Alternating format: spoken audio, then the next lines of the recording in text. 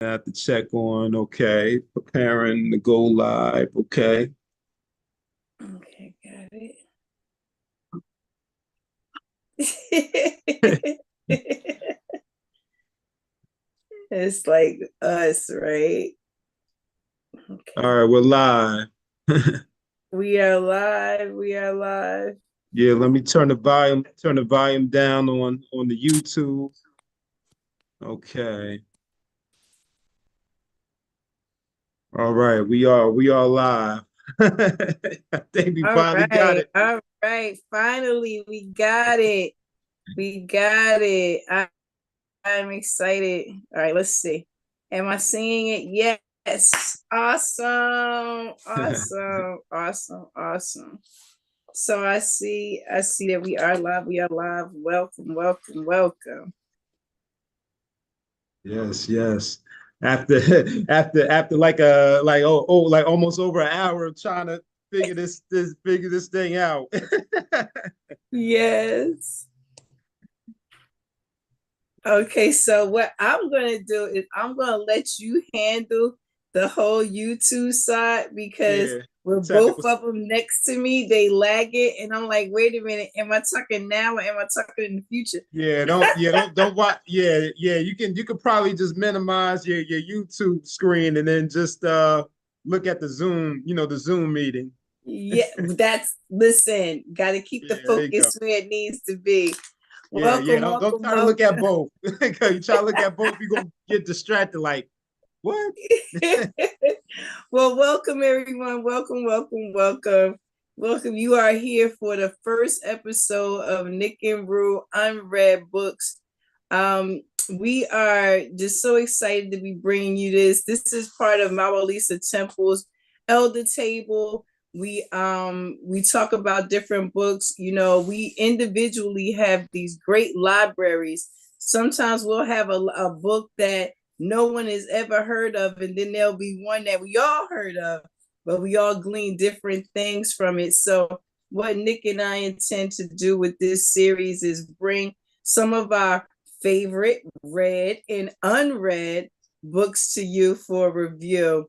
So Nick will be starting us out tonight, but let me just say we have some great things coming up because you know it would be fun to just always know what book we're going to review. But how about Nick and I are going to surprise each other every other week with a book that we don't know what the other one is bringing. So it'll be like surprise, take a look at my book. So tonight though we are starting with two that we are both familiar with and that uh, connect to each other in a beautiful and unique way. So Nick will be starting us off with How to Understand Your Bible, a philosopher's interpretation of obscure and puzzling passages by Manly P. Hall. Say that fast a lot of times. And I just want to say, while we are discussing this topic tonight, please know that we discuss all kinds of topics, and this just happened to be the first one on our list. So, Nick, I'm going to mute myself and I'm going to let you take it away. All right. Thank you for that. So yes, we actually both have a copy of the book, but this book would be read for me. Clear, clear indication right here that has been read for me, but unread for Rue. so I mean, she did preview it a little bit, kind of see what connections she can draw between my selection and her selection. But I'm going to start off with, well, I'll start off with talking about the author of what I remember about the author at the top of my head. I didn't pull up his bio, but I am familiar with them.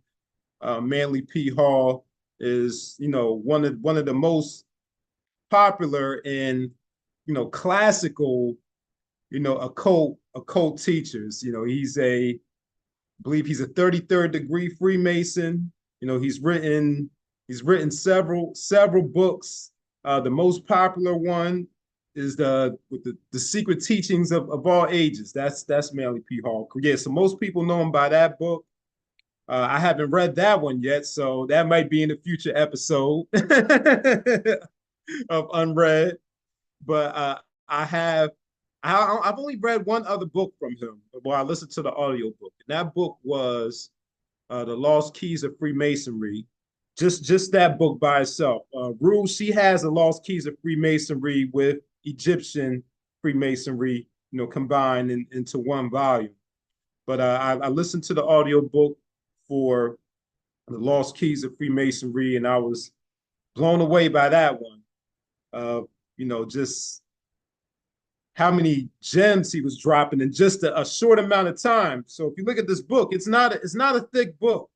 It's a very thin book, but it is packed with a lot of mind-blowing information. And I guess aside from the secret teachings of all ages, that might be Manly P. Hall's style, to just hit you across the head with with all of that occult knowledge in a short space, in a short amount of time.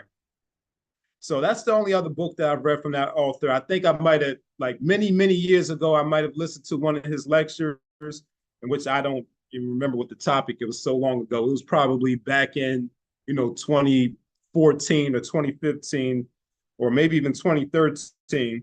But it was a while ago. But I'll start off with the blurb, and then I will, talk a little bit about, my experience reading this book.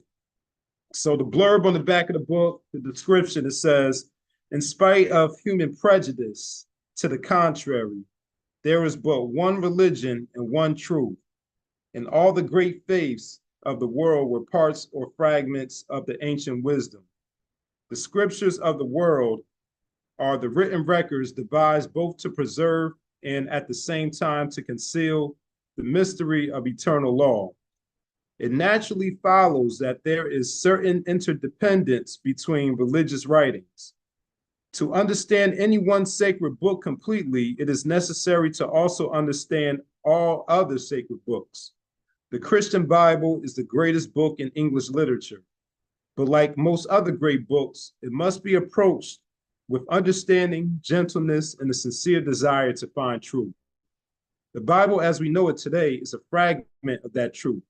How to understand your Bible goes a long way to explaining myth and history, spiritual and religious, fact and fiction, and it's a must for truth seekers everywhere.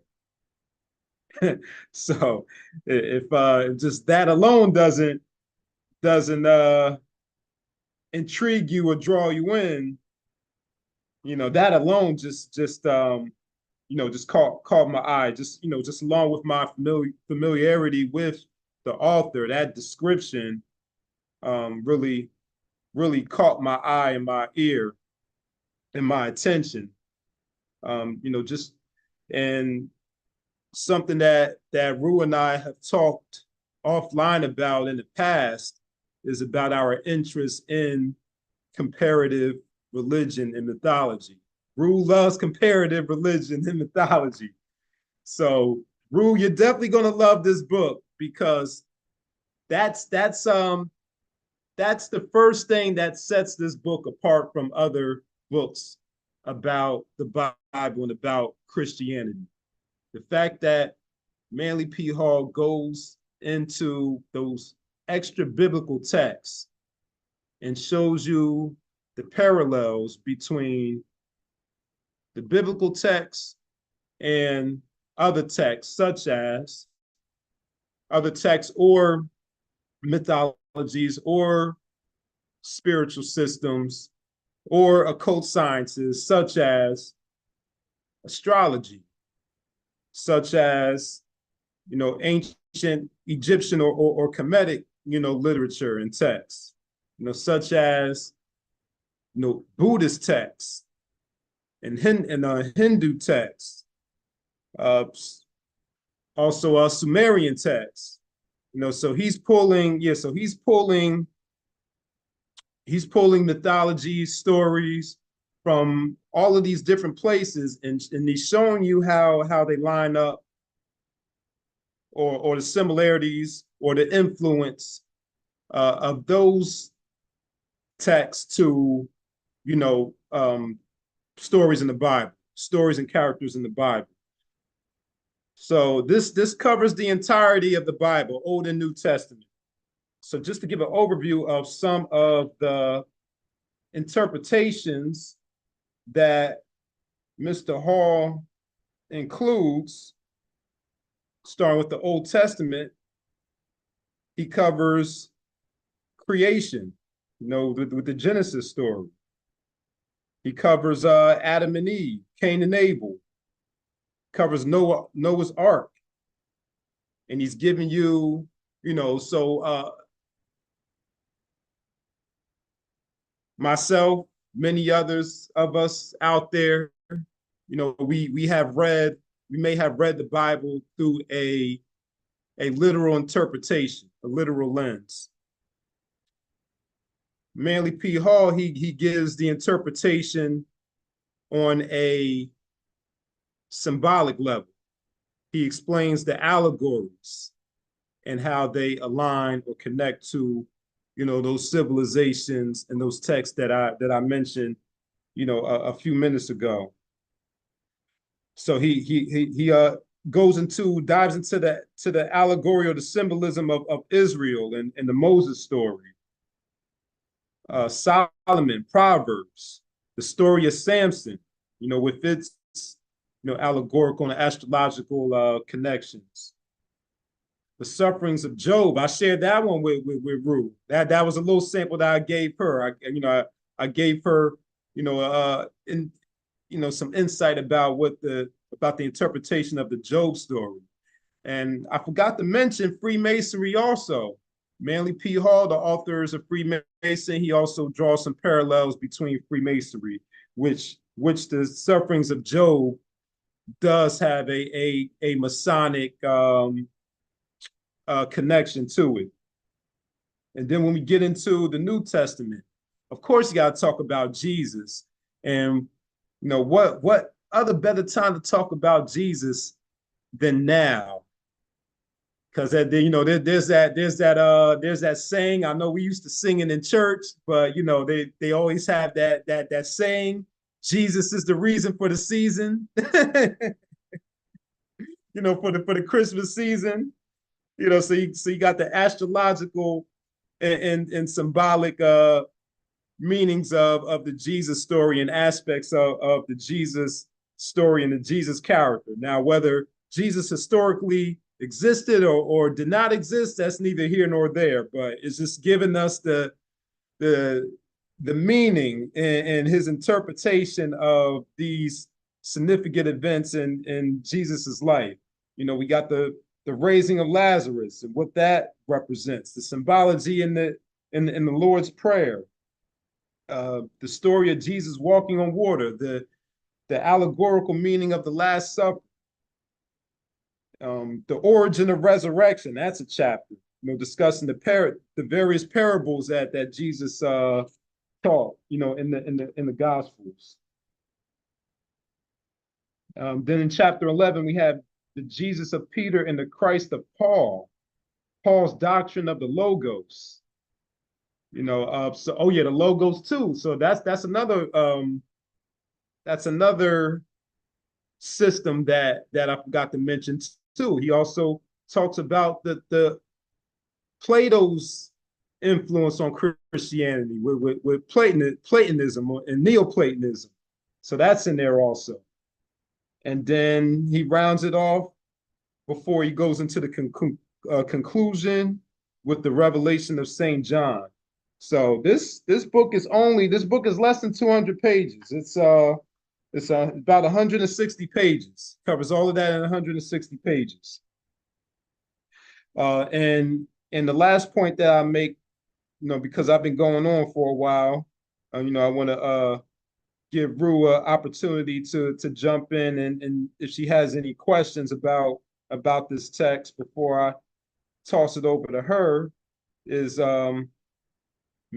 and this will kind of transition into Rue's book, but Manly P. Hall, he is, giving the Gnostic interpretation of the scriptures.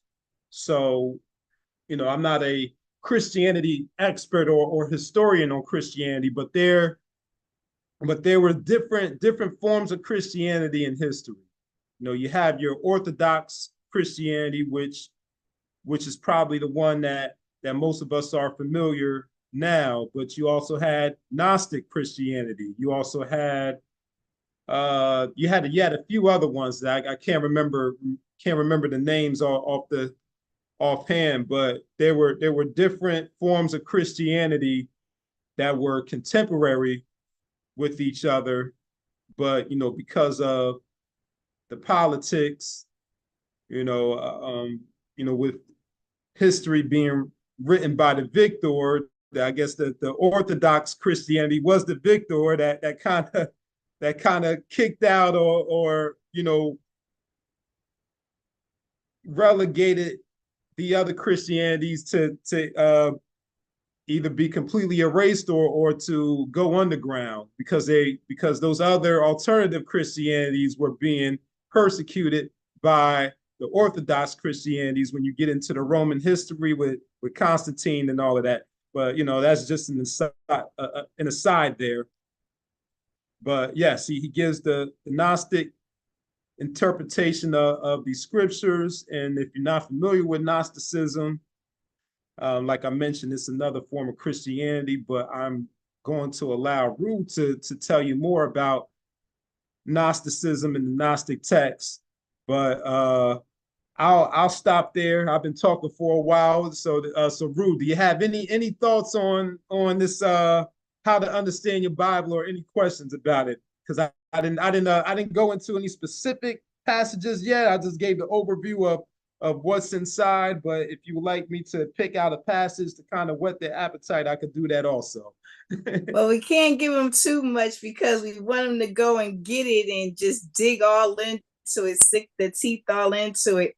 But one of the things that did stand out to me is you said the Christ to one and the Lord to another. And I was just like, because those they are usually looked at as the same thing, but they are different.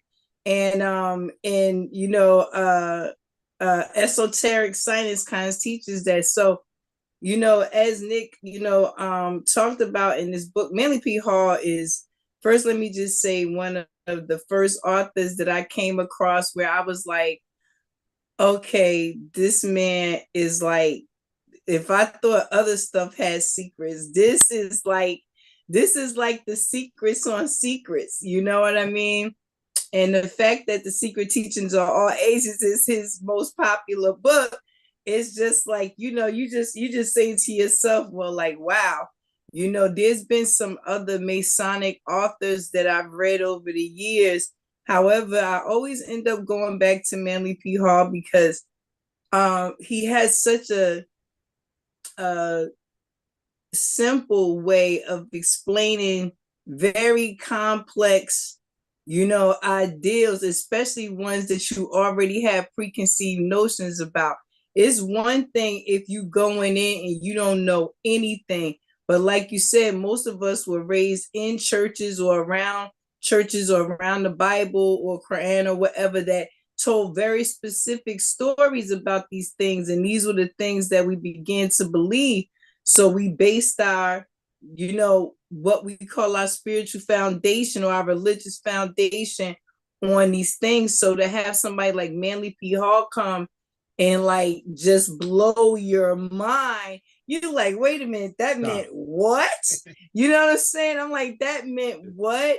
But I think it's a fascinating read, and like you said, this is an unread one for me.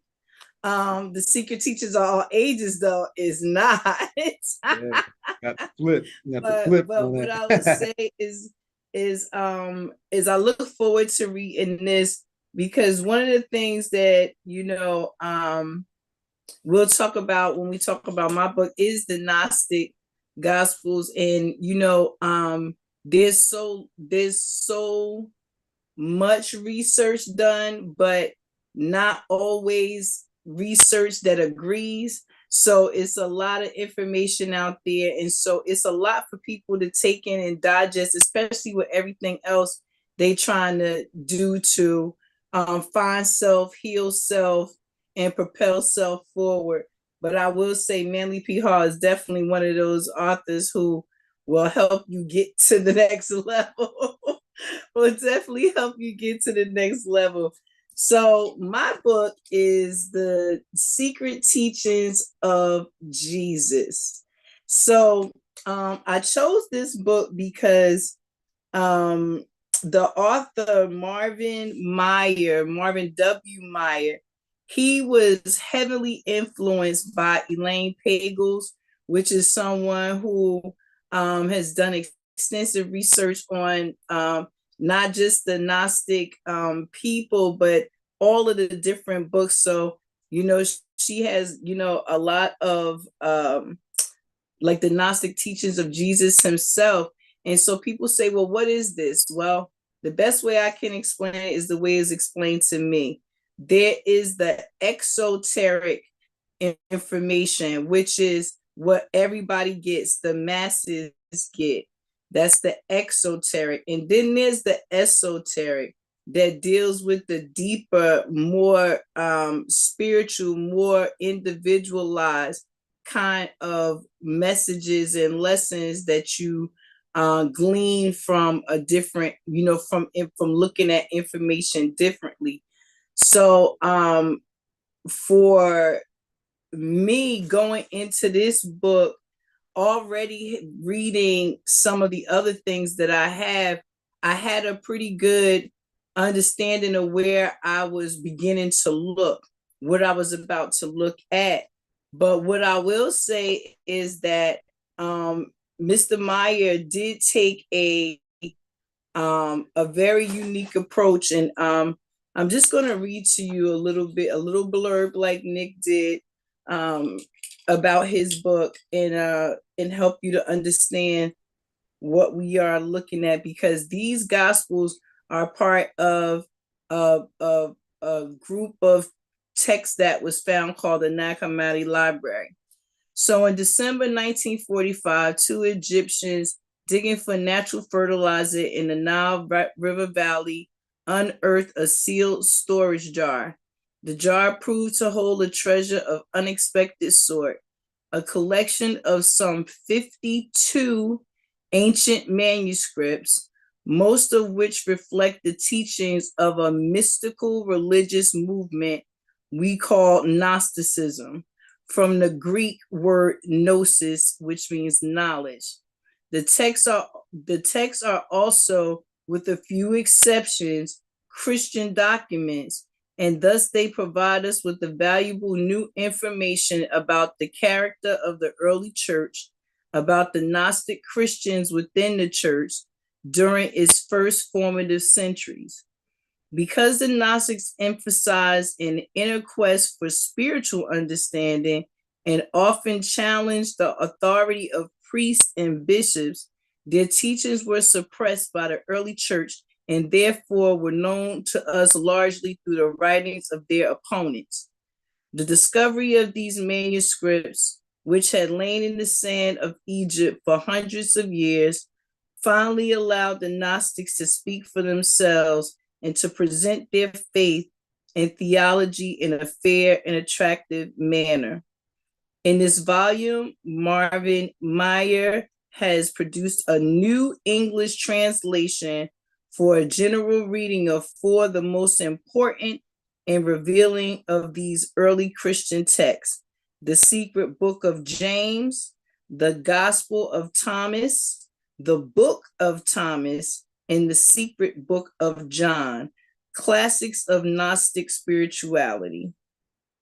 Meyer's clear and fluent translation gives readers who were intrigued by Elaine Pagels, the Gnostic Gospels, the opportunity to discover firsthand the inspiring and awesome visions and teachings of the Gnostics to understand their place in Christianity. Now, that's a lot. That's a lot. And I'll tell you, when I picked up this book again, knowing what Gnostic meant, even after reading that, I was like, this book might be worth a read. This book might be worth a read. And so what we did here at Mount Lisa Temple was we broke it up into 4 seasons. We studied it over 4 seasons. So each season had a book. This book I found interesting because of the way it starts. Like, some people think it's corny to kind of look at all the stuff in the beginning of the book, like the copyright and all that stuff. But I wanted to see when this book was copyrighted. It was 1984. Now, I can remember when I was doing it in 1984. Some people may not be able to remember 1984, but I do. What I found interesting was he decided to open this text with the Gospel Atomic saying number 2, and he put it in its original text.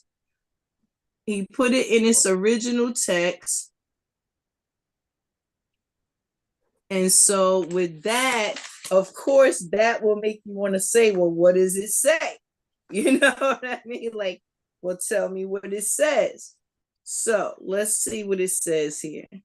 It says, Jesus said, let one who seeks not stop seeking until one finds. When one finds, one will be disturbed. And when one is disturbed, one will be amazed and will reign over all. Now, I don't know about you, but I was just like, what do you mean? Yeah. What could you ever mean by this? But what I'll say is that many of us, when we were youth, we would hear our elders say things, and it was much like these Gnostic gospels and how to understand your Bible. They would say things, and we'd be like, "What do they mean?" You know what I mean? And I remember my grandmother's favorite was Jesus wept. That was her thing. Jesus wept. And I had no idea. I just was like, Jesus crying? What Jesus crying about? And at that time, I figured he was God's son. So, why couldn't he just go to his dad and just ask him to fix everything? But that's the mind of a child. But I remember when I first understood what Jesus wept mean. And it was through studying. I was studying and studying and studying, and I got disturbed. I was highly disturbed, and I was disturbed for so many reasons that I couldn't even put them into an order. I didn't know if I was more disturbed at the fact I had been deceived, more at the fact that that I had no idea what I was doing, that everything that I'd done was based on a lie, that more lies were being told to the people and perpetuated throughout time.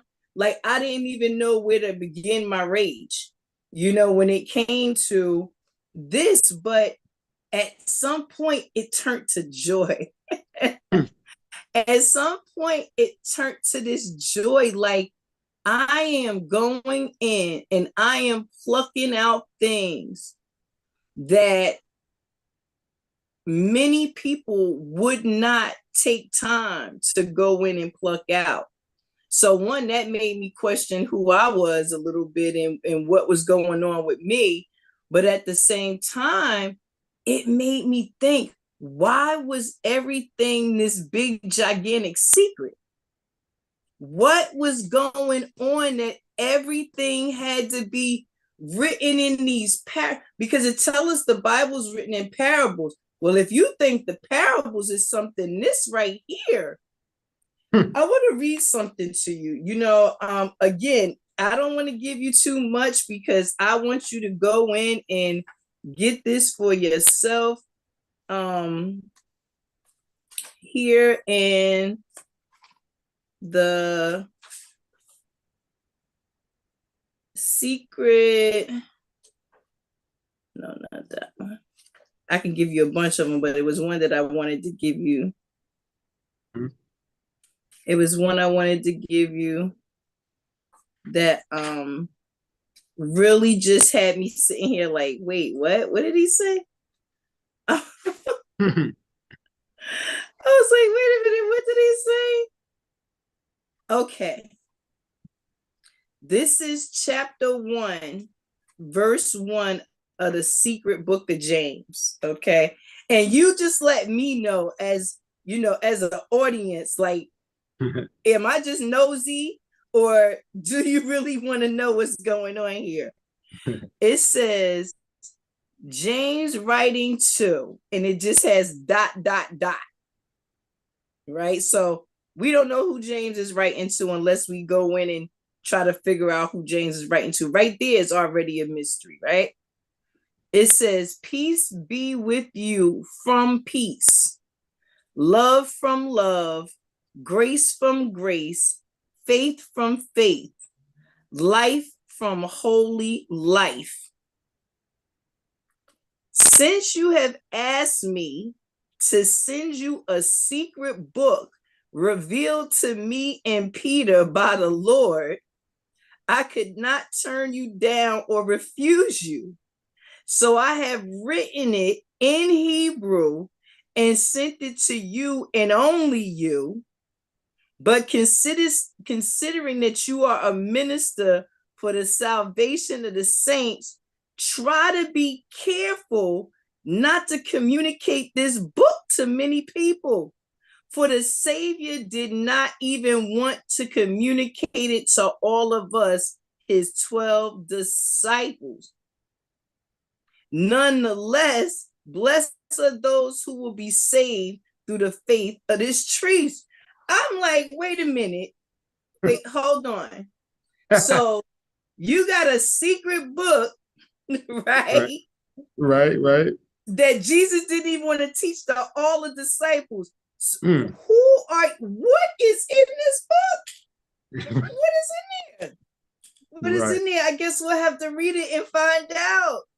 But when I tell you, it's passages like that that just really intrigued me, because I was like, I remember when I first figured out that the Bible was just letters, when we are raised up in the church, again, children, right? Being raised by children really in the faith, because they think they know, but we know that they don't really know. How do we know? Because we're being told by these masters. They have no idea what they teaching every Sunday, right?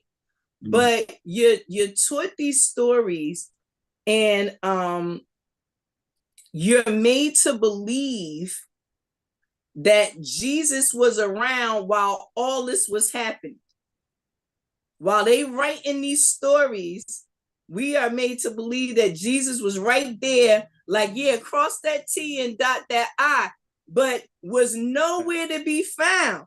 Like, we are talking so much time in between this so-called Jesus walking the land and these writings. And these writings are just letters to your homies. Like, these are letters to your homies, like, yo, son, this is what happened over here in the land. Let you know about this joker named Jesus. You know what I mean? Like, he talking that stuff. He talking some walking on water. Like, maybe we should listen to him. You know what I mean? So when you read something like that in this book about how there were teachings that even Jesus wouldn't teach to some of the other disciples. And not only that, it goes into how each of the disciples was supposed to be writing their own book at that as they were with Jesus. It mentions that they were each supposed to be writing a book. Interesting. And so my thing is the fact that these are the books that have been kept out of the Bible as we know it today made me want to know, well, why'd you keep it out? You know what I mean? What was in it that was so damaging to what it is you were trying to build? Now, of course, we know that there's politics and all kinds of other things involved, but my question more goes into what were these secret teachings? How do you use them? Do they benefit us? How can I get down? You know what I mean? Like, how do I learn? How do I learn how to walk on water? What does that mean? How do I learn how to heal with my hands? What does that mean? Like, it's so many things. What was the Last Supper? What was the resurrection? What was the crucifixion? And that's one of the things that the Gnostic gospel touches on before even some of these interpretations that we have from someplace else, because it gives us a story that we haven't even read in the other book. Yep. There's a Gospel of Mary. I was like, it's a Gospel of Judas. Oh, don't think I won't be bringing that one to the table, because people be like, what do you mean? And you know what I always tell them? It's more than one side to a story. He had this, and if we know now that Jesus wanted them all to write, it was obligatory upon him to write whatever it was he wrote. That's right.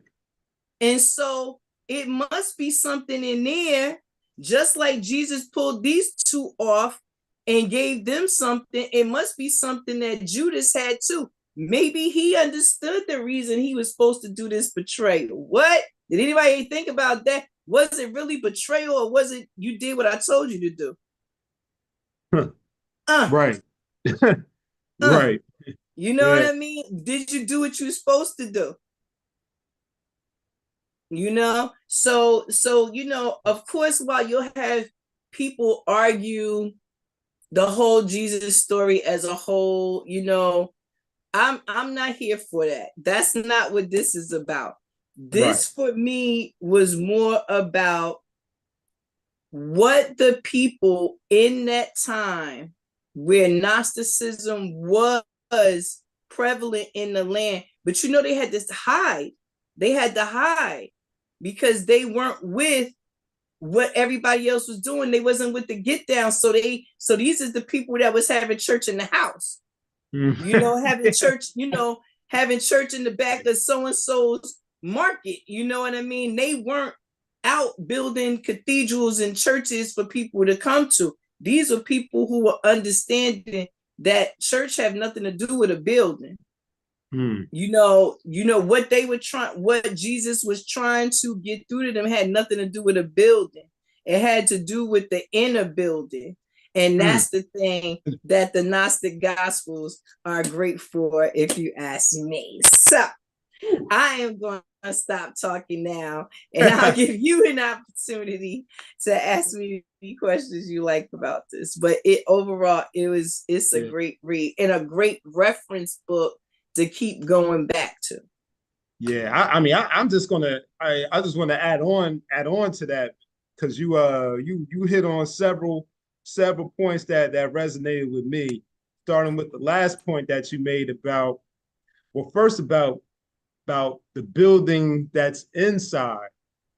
Again, going back to the Manly P. Hall book, when we going back to the Old Testament, talking about Solomon's temple, that's talking about exactly that. It's not talking about a physical building. Right. Not a physical building, you know. And going back to what you said about they were having church in the house, right?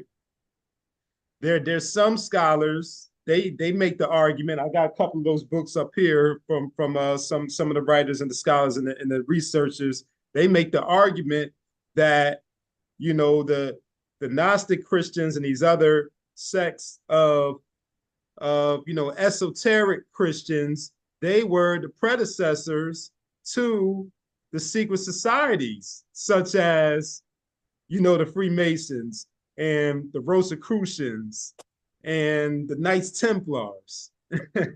So that's interesting that you say that. You know, they had to go underground because of that persecution from the Orthodox or the traditional or literalist Christians. And, you know, these were the you know, the mothers and fathers, the grandparents of these secret societies and organizations that we have now. So that's something that you know, that came to mind when you when you were talking about that. Now, I know I haven't. Now, I haven't read that book, but I am a little bit familiar with some of the Gnostic texts because one of the books that I was referencing about, those about the teachings going underground references the Gospel of Philip. So Gospel of Philip. Is the Gospel of Philip in a part of that collection, or is that a Not different not collection? in this collection. Okay. Not in this collection. Yeah. Not in this collection. I do have one with that in it as well. Yeah. Because there's one. If I had to guess, at why certain gospels were grouped together, it would be because some of them are so similar in their writing, and some are completely different in their writing, depend on what the author was trying to display and convey in their writing. If they were trying to do something that compared them, versus something that linked them and showed their similarities or what have you. I want to speak to what you said about the predecessors of, the secret societies. um that is one of the secret societies. It's one of the biggest secret societies is religion.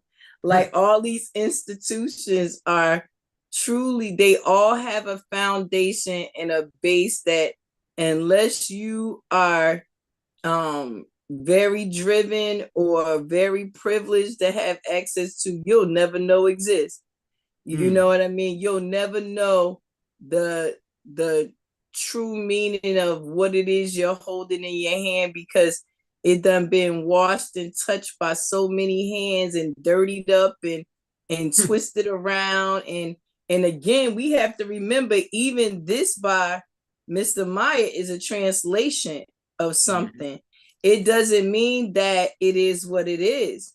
I tell people that, studying language, is something that you can understand was important at one time, because if I gave you a text in Greek, whatever you told me it said, I believed you. How was I going to prove it wrong? You know what I mean? So my thing is, much like, and you said it yourself, I love comparative religion. Much like every other religion that has been translated from its original language into this language that we use, which is English, has some deficiencies. And It's a it's good way to gonna, put it. and here's the funny thing for me, and I don't know how this works for you. My intuition helps me with the deficiencies. And what I mean by that is that I go in knowing that some of this book may or may not be what I think it is, but I allow my intuition to let me know whether it's true enough for me to research more or if it's just baloney. You know what I mean? So it's like, when I say baloney, I mean guided towards a particular thought or outcome, because that's the thing that really blows my mind, how much the powers that be want to control what you think, even down to the God that you worship. Thinking for yourself is something that, that's a lot to ask of people sometimes. They don't want to do the thinking for themselves. It's much easier to have someone else tell you what to believe in, but for us, it'll never be enough. Yep. That's very true. Yeah. So with my familiarity, or a little bit familiarity with the Gospel of Philip, there's like one verse in there that makes it clear, like, okay, yeah, that's probably why that one wasn't included in there. That was like that one verse is like it is man, that's like a bomb dropping, you know. Like a power keg, right? What was the one line? I'm going to paraphrase it, but it says something to the effect of if you it was about resurrection. He's pretty much saying that the resurrection doesn't happen after you die in the physical. It happens while you're still living. And he's saying like you're mistaken. You're mistaken, and you're foolish if you think that the resurrection is going to happen after you die. Woo! Oh man, wow. You know, we could talk so much about this. Like this is one of my favorite subjects to talk about, man. Anything occult, high science, I'm always there for it. But back to the mystery school thing, they have that whole missing years of Jesus thing. I have Yeah. a great book on where Jesus could have been. Oh yeah, I heard about that one. I know which one you're talking about. I know what you're talking about. So There's a couple of them. we're gonna have to let the unread fans come back and find out about that one, and we're gonna shh on that one. Yeah, You yeah. know, I know which one you're talking about, though. I'm not. Don't worry. I'm not gonna say it, but I know which one you're talking about. I know exactly which one you're talking about. I know a exactly couple those. actually. I know maybe about two or three books that touch on that. Yeah. Yeah, the missing years is quite Yeah. interesting. Oh yeah. Oh yeah. Where they said what was happening during the missing years? Woo, man, listen. I'm just like, I was like, oh. Yeah, yeah. He was like, yeah. I said, so he wasn't missing, he was just missing from y'all. Okay. Yeah. He was going to do something else. All right, all Mm-hmm. right, all right. Yeah. And let me just say, bring it, just reminded people who are listening, when we talk like this, we sound very exoteric, but we are truly speaking on the esoteric level. We are talking, the divine self using this information to catapult ourselves spiritually, you know what I'm saying, into our respective places, because we all going somewhere, you know what I mean? And you can either go there begrudgingly, or you can go there skipping, like you skipping down the road. I choose to be skipping, you know what I mean? Because my thing is like this: at the end of the day, what I found is that my outrage, while valid, was not going to get me anywhere just sitting here stewing in it. So my thing was, it was better to know and to figure out the mystery, you know what I'm saying, which is me, my story, the mystery. Once I figure out my story, I use these things to help me figure out my story. You did share with me the story of Job, and a lot of people can relate to that story, and a lot of people use it. I actually have that book. I have the story of Job coming up in another series we're doing on mental health, talking about the psychology of the suffering mind. And they use Job as a reference in this book heavily, because it was written by some Hebrew brothers. So it's definitely a good read. And so, see, people just listening right now, they're like, oh, they got a lot of good books to read. Yeah, we do. This Yeah, is we why do. you got to keep coming Definitely. back to unread. Definitely. So Nick, is there anything else you want to share with us, because you have read this book already? So I guess one of my questions would be, what was one of the most surprising things that you found out in that book about understanding the Bible and the text from an esoteric level? Wow. I feel like honestly, I feel like the whole book was surprising. But before I answer that, one more thing about your book that I forgot to mention is that I also have the Gospel of Thomas up here too, in its own volume, and then I have the Lost Books of the Bible, which has some text from the New Testament, including the Gospel of Philip and and you know, it might be the Apocrypha of John and some other ones in there. So I do have some of those. I just haven't dived deeply into. Now, wow, the surprising, so many to choose from. Goodness, wow. uh, mm, let me see. I mean that yeah, that is a hard one. That is a hard one. I love That is it. a hard one to do. Hmm. I might just have to, open up the book and flip to a page and just see what I land on because I'm telling you, anywhere.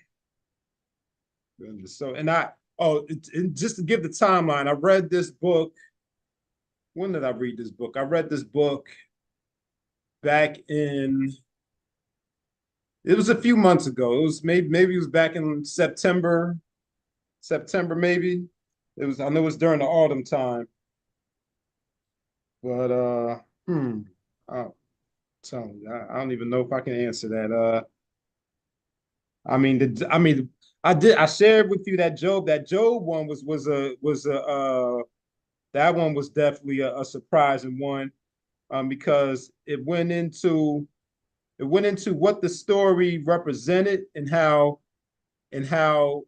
what it represents to us on a everyday level, but it also goes into what Satan symbolized in that story, and Satan symbolizing a karma and temptation, something that we all go through.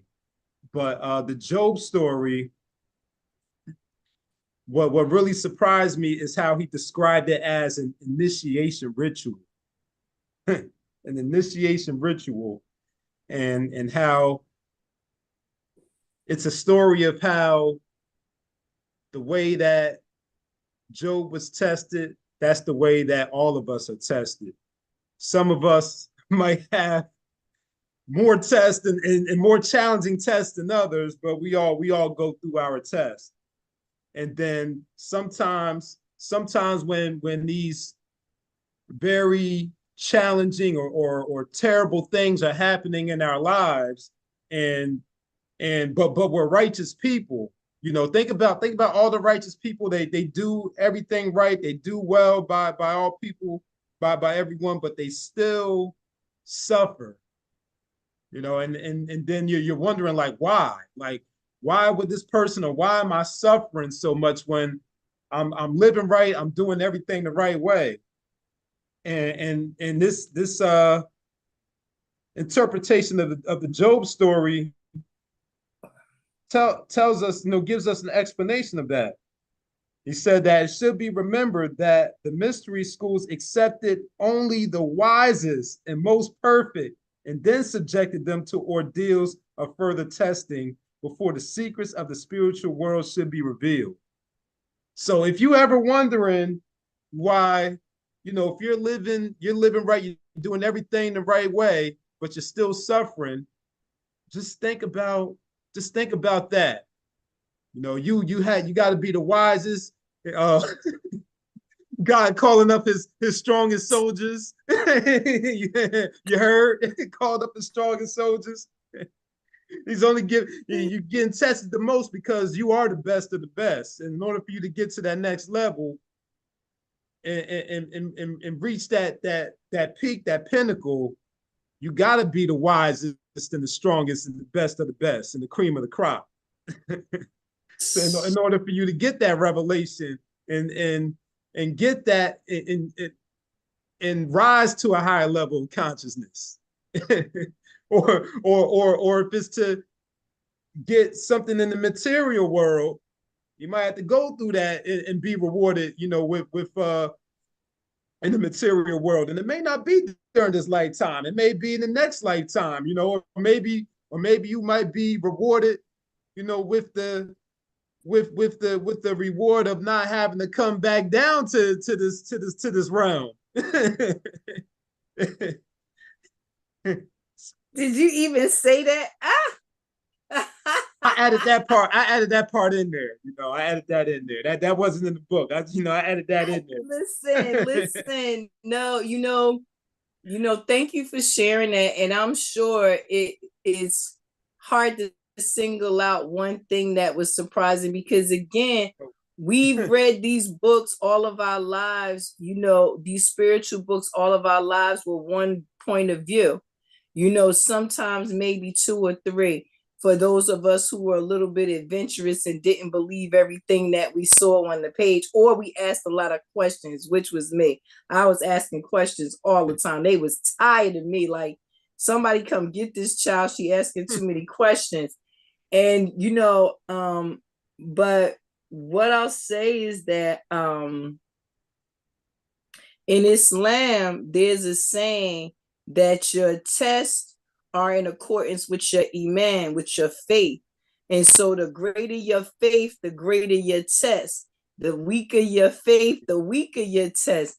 So they give the example of somebody who, something minute that happens to them, how it just, and you just like, if something like, I'll be grateful for something like that. Have you seen the things that I go through? You know what I mean? But, and we always say it, unless a person wouldn't be able to get through some of the things that we've been able to get through. And I think that speaks directly to it, that, we get tested, according to that level of willingness to be great. Because at any time we could stop, or so we think, or so we was told. We was told we have free will. So anytime you tired of trying, you don't have to, I guess. I guess. But one of the discussions that I would love to have one day that I think would be it would be inside the realm of this, but it would take so long to kind of unpack it, is something you said towards the end about being here at all. Who agreed to this? Like, I don't remember. Right. like who agreed? Wait a minute, who said that this was what I wanted to do for 50 some odd years, 60 some odd years, or whatever? But that's a whole nother conversation. But I think the great thing from the two books that we're reviewing tonight is that they both talk about working on an inner landscape and being able to understand that better through the words that have already been placed before us. Again, we've been told that the Bible and many other books have been filled with parables and all of these different things like this, things we don't understand, reading between the lines. And these books like these, help us to read between the lines. Again, we have to remember that this is somebody else's interpretation, but what it can do is it can pique our interest enough for us to go in and glean our own understanding and gifts and things that we can apply to our lives from them. Yep, indeed, and what's helpful, especially with the book that I brought today, is that you have the comparisons to the extra biblical text, so that in a way kind of corroborates the interpretation. Because if you got multiple people giving the same symbols and motifs, then there might be some validity to this interpretation. If this group of people on this side of the world is saying it, and then this group of people on a whole other continent on the other side of the world is saying the same thing, then there just might be some alignment there. Might be something worth looking into. Like my mother said, everybody can't be lying. Right. Everybody can't be lying, but I want to say one of the things that stood out to me most about this was well, several passages, but one I told you that he was heavily influenced by Elaine Pagels and a couple of others, and you can kind of see that in his writing, and it made me think of it when you were talking about the creation story. Elaine Pagels has a great story on Adam and Eve, and then she has a separate text on the serpent and where that whole concept came from. But here, let me see. Okay, so this is in, again, the secret book of John. Like, I really, this made me want to, and I remember when I first said, I wanted to know who John was. Like, who was John that he got some secrets like this? Like, I just wanted to know, like, what was, because we are taught in the books that talk about Jesus choosing his disciples, you know what I mean? We know that he could have chose anybody, but he chose these 12. So my thing is, what was it about these 12? But that's a whole nother conversation that I love having. Yep. But I want to just read this part. Well, it's actually two parts. So it says here, the common parent is great in mercy, the universal Holy Spirit, the one who's compassionate, the one who labors with you. That is the afterthought of enlightenment, forethought. The parent raised up the offspring of the perfect human generation, and with the thought of that an eternal light of humanity.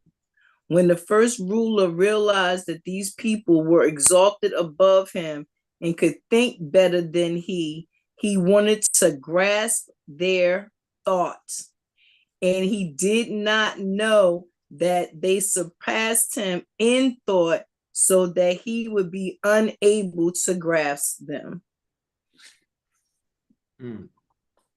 I was talking about, what is it that makes somebody want to control somebody else? Maybe they recognize that they surpassed them in thought. Maybe that's why they don't want you thinking for yourself. And this is the last part, and then I'll close out this book and just offer it to people and say that this is a great read. It says, thus all of creation has been blinded so that none might know the God that is over them all. Because of the bondage of forgetfulness, their sins have been hidden, and they have been bound with dimensions, times, and seasons, and the fate is Lord of all. Now, you were just talking about not having to come back or coming back and whatever like this, and it says they have been bound with dimensions, which means there's different dimensions, different times, which is different than dimension, different seasons, which is not just the 4 seasons that we experience here in this reality, and fate is Lord of all. We don't talk about fate enough. I think that people are scared to talk about fate because they don't understand it. I think it's one of the more difficult concepts for people to grasp. And I don't think it's because they're not able to. I think because we've been spoon-fed and programmed to think fate is one particular thing.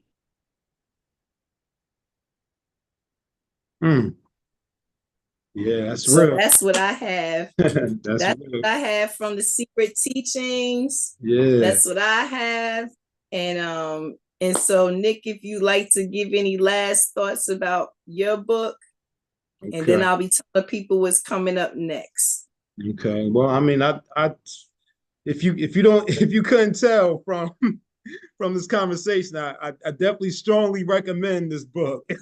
If I didn't make that clear, I definitely recommend that you read it. If you're seeking, seeking a deeper understanding of the scripture, whether if you're regardless of what you subscribe to, whether you're a Christian, whether you're into esotericism, whether you're in another religious or spiritual system, I think this will, there's something in here for you. Because Rue made a couple of references to the Quran and Islam, and I even found references to the Quran in here too. I mean, it was like, I think it was only like one, but it was in there though. It was in there. So yeah, I think there's something for everybody in here. Regardless of what you subscribe to, what your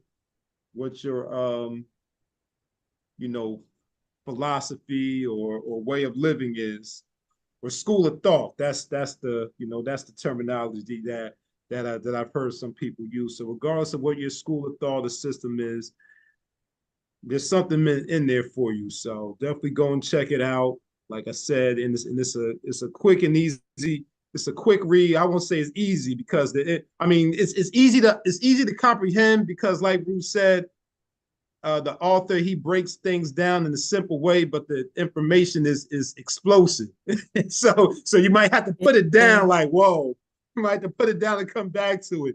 But since I'm into this type of information, I couldn't put it down. It's definitely a page turner. So I've definitely read it in no time. So definitely recommend. Again, the full title is How to Understand Your Bible: Philosopher's Interpretation of Obscure and Puzzling Passages by Manly P. Hall. Yes. Well, thank you, Nick. I'm so excited about this. I've been wanting to do this UnRead series for like years because I felt like, like I said, we all have these beautiful libraries and we don't often get to share them. I'm from the school where we used to go to lectures every Saturday. So, and we had study groups and all of that stuff like that. So I'm used to a different type of energy. So this for me is very reminiscent of that. And I'm very grateful that you have agreed to share this space with me. I couldn't think of anybody better to do this with me. I mean, just look at the books we can see in the background. So I know it's some more. I know that there's more books. Exactly. Oh, I know you, sir. But you have all of these books and you want to share them with people because one of the things I found, especially with some of the books that I've been more slow to attack, it's like you can't take everything all at once. It's like they say in the Nation of Islam, you can't give a baby steak. You know what I mean? You got to start out with what's palatable. And sometimes we jump in and we go out to the store and we buy all these great books. And it's not that they're not great. We just don't have the teeth to get ready to work on them. So you have to put them to the side. And you have to be willing to put your ego aside and say, you know what, I'm not quite ready for this one yet. There's no skipping steps. I actually just saw a brother talk about one of the most important things is self-development. He said there's no skipping steps because you're going to come back. And I can be a witness to that. I skipped some steps in the beginning that all I had to do was I had to end up going back in the middle. Like, wait a minute, I forgot something. You know what I'm saying? It's like getting all the way going to the grocery store and forget your coupons. You got to go back home. You know what I mean? So, I'll definitely tell people that if you have books on your shelf that you have not read yet, hey, share them with us. Tell us about them. You can reach me at Mawalisa Temple 1 on Instagram, and you can reach Nick at Nick Westbrooks on Instagram. And you can always email the temple at maualisatemple@gmail.com. And we would love to talk to you about your unread books and the ones that we covered today. Again, we'll be putting that information for these books in the link below when we finish this video, so you'll be able to remember the titles and the authors, and you go out and get them for yourself. I know a lot of books are available online now, but I'm old school. It's nothing like having it in your hand. And yes, this is a hardcover book. So it is definitely that kind of energy. So what do we have coming up next? Like I said, so it's fun for Nick and I to know what books we're going to bring to the table with each other. But next time when we get together, we are each going to be bringing a book that, we surprise each other with. It's part of our Surprise Me book part of our series. And so we look forward to that.